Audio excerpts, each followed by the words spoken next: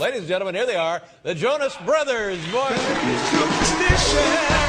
When you think about the Jonas Brothers, you probably think back to the iconic boy band from the early 2000s. Well, not today. Today, we are looking at them from the perspective of science and technology. In today's video, we'll be diving into three main predictions that the Jonas Brothers made in their song The Year 3000, and whether or not those predictions are likely to come true, or whether they're just based on myths. Now, if you're not familiar with the Jonas Brothers or their song, The Year 3000, I'm going to put a link to that song in the description so you can check it out and just watch their music video first. But basically, this song has a whole bunch of predictions where the Jonas Brothers time travel to the future, and they have a friend who actually helps them do this.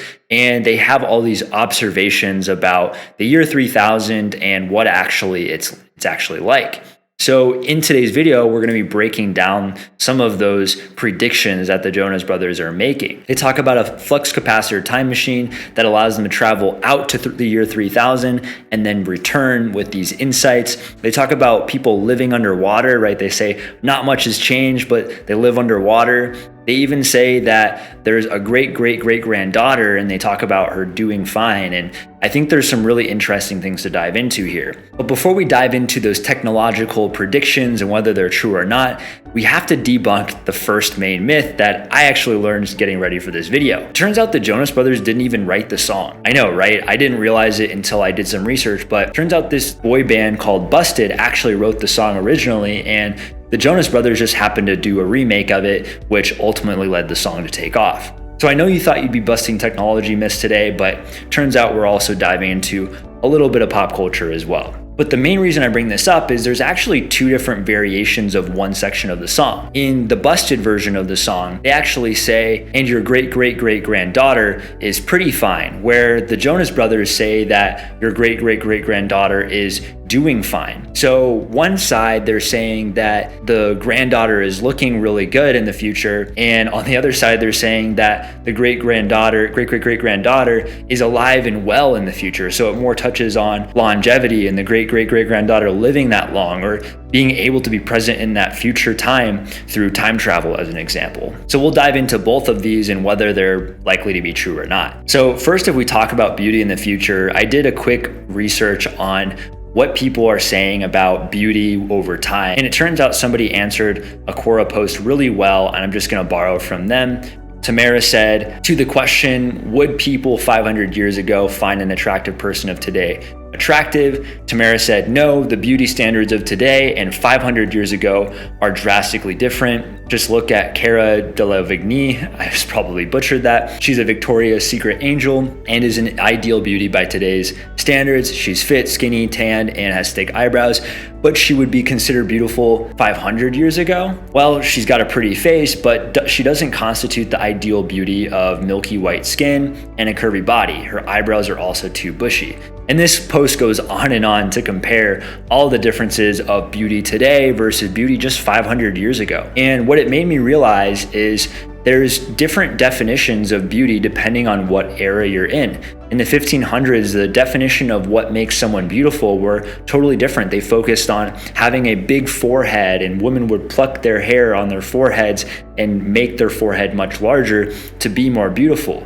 Meanwhile, today, women do things differently to appear more attractive, and those standards and norms are changing every single day. So if we think about the boy band Busted traveling into the future and saying that someone's great-great-great-granddaughter is pretty fine, aside from the creepiness of the whole entire ordeal, the fact that they would actually be able to say that is probably not even that well founded, because they probably would appear in this future time and see people that look way different than they're used to and not really have a good sense of who's attractive and who's not. So in my perspective, I think we can actually say that Busted are busted, and beauty in the future is going to be totally different, and it's hard to imagine that they would actually be able to say someone would be pretty fine in the future. But I'm going to leave it to you as well. What do you think? Leave a comment down below. So now we move on to the other variation of the lyric, which is your great-great-great-granddaughter is doing fine, which is what the Jonas Brothers ended up modifying the lyrics to say. Probably because they realize what we just talked about beauty in the future. All jokes aside, if we're talking about somebody doing fine 1,000 years away from now and being connected by just a handful of generations, we're likely going to have to look at longevity and time travel.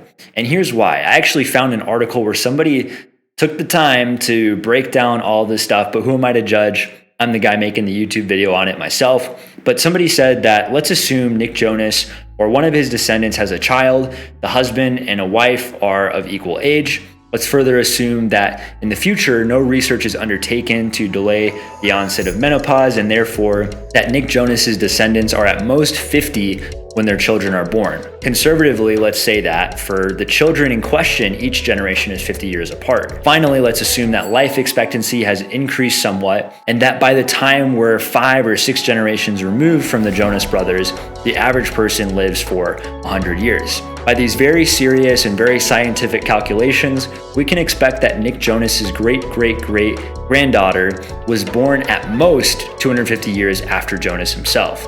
We can further expect that she lived about 100 years, meaning she likely died about 350 years after Jonas's birth. So this is why we have to look at longevity and we have to look at possibly time travel, because if the most based on today's scientific standards of life cycle and longevity, the great-great-great-granddaughter would have only lived to 2350 AD as opposed to the year 3000 AD. And so that's only a third of the way there. There's got to be some way to bridge that gap using technologies. I think that it's possible she could have time traveled to the year 3000, or it's even just possible that scientists had a major breakthrough that allowed people to live much longer than the typical increase year over year in life expectancy. And just to check some of my own understanding on this, what I did find when researching, it's that, it's a common understanding that there are limitations to people being able to live forever. Currently, one of the main ones in a 2021 study identified that humans may be able to live up to a maximum of 120 and 150 years, after which the researchers anticipate a complete loss in resilience, which is the body's ability to recover from things like illness or injury. And they say that to live beyond this limit, humans would need to stop cells from aging and prevent disease. Well, also interestingly, in the last few months, there has been some new research that has come out where researchers say they've reversed aging in human cells by 30 years. So they found a way to actually go backwards in time with aging someone's cells, which means that they may actually have a way in 100, 300 years from now when the great-great-great-granddaughter is alive and allow her to possibly live much longer, 500, 700 years, and be alive and be doing just fine in the year 3000. So alone, just by understanding what's possible in the field of health and longevity, it's actually possible that a great-great-great-granddaughter is alive in the year 3000. But if you're not convinced with that, we're also going to dive into time travel, which is another way that she could have been alive and well in the year 3000. And while we're on the topic of time travel, I'd like to take a moment and talk about another one of the predictions or implied predictions that the Jonas brothers make with their song. At the very beginning, as the scene is set, and if you watch the music video, you'll know exactly what I'm talking about. This guy named Peter, who's their friend, figure out how to time travel, and he's the way that they're able to see all these things in the future. And Peter has what they call the flux capacitor, just like he's seen in the movies, he says. And this allows Peter to travel all the way to the year 3000 and come back to the present time to share all the things that he learned from the year 3000. So basically what's happening here is Peter has to go all the way from the present time in the 2000s, travel in the future to the year 3000, meet this great-great-granddaughter, see all these amazing things, and then time travel back to the Jonas brothers to be able to even share all of these things that he saw. So if we're talking about Peter, we have to understand whether it's possible that they would figure out how to time travel forwards and backwards in the next 1,000 years. And then on the granddaughter's side, the great-great-great-granddaughter, we would just have to validate whether or not it's possible that they could only travel forward in time within the next 1,000 years. And on the great-great-great-granddaughter's side, we'd have to just understand if it's possible to do forward time travel sometime in the next 300 to 400 years, because around 2350 it's likely that she would have to do time travel if she wasn't going to just be able to live from 2350 to 3000. And it turns out that forward time travel is actually something that scientists and physicists and everybody who studies this concept have seem to agree that it's possible. The main bottleneck is actually speed. And they say that it's possible to help humans travel forward in time. So to visit the Earth in the year 3000, it is necessary only to hop in a spaceship that can travel at 99.995% of the speed of light. So you would basically pick a planet that's a bit less than 500 light years away, travel to that planet at that 99.995% speed of light, and it would take you about 500 light years to get back from the planet as well, but only would age you for 10 years. So if you're 10 years old, you get in this spaceship, you head 500 light years out, 500 light years back, you're 10 years older, but you're 1,000 years into the future. And this is something that seems like it could be possible if scientists and engineers figure out a way to travel way, way faster with this speed of light. So yeah, from my perspective, it is possible that the great-great-great-granddaughter either lasted to the year 3000 because of new breakthroughs in longevity for human health, or perhaps she just happened to time travel 700 years in the future when she was a 20-year-old and happened to just be alive and around in that era. But where things get a little bit more complicated is actually traveling backwards in time. And this goes back to Peter being able to travel to the year 3000 and then back again. And if we dive into Einstein's theories of general relativity, we can actually see that time travel in the past is theoretically possible in certain general relativity space-time geometries that permit traveling faster than the speed of light. So basically being able to move faster than the speed of light allows people to go backwards. And the ways to do this would be through cosmic strings, transversal wormholes, and what are called Alcubierre drives, which is just this other way of moving space around you to move faster. And all of this stuff is way, way outside of my scope of knowledge, but it does tell me that if scientists are already talking about this concept, it's quite possible that it would be figured out how to travel backwards in time within the next 1,000 years.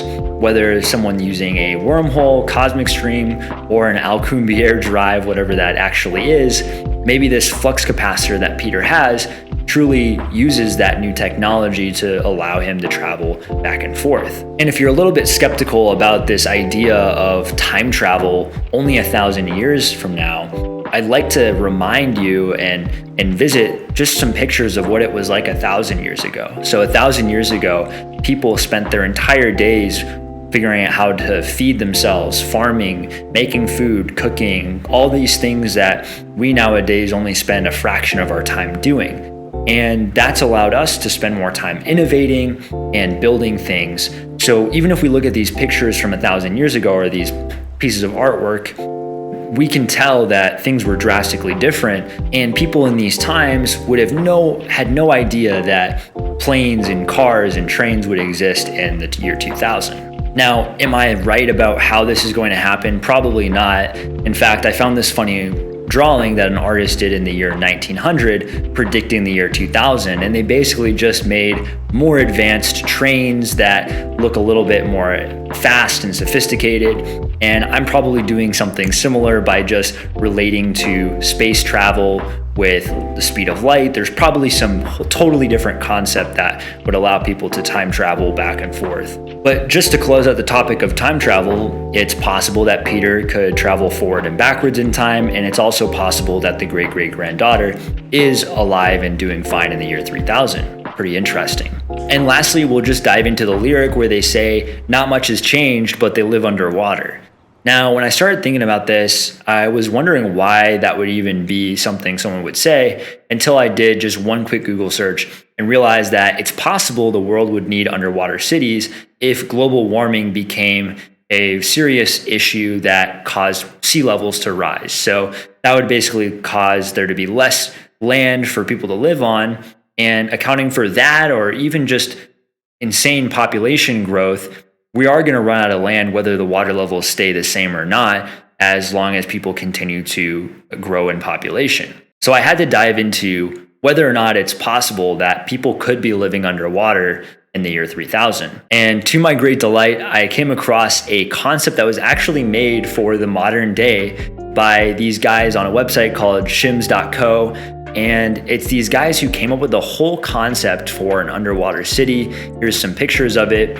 And they say that there's really good reasons that they have for coming up with the concept, even in today's modern times.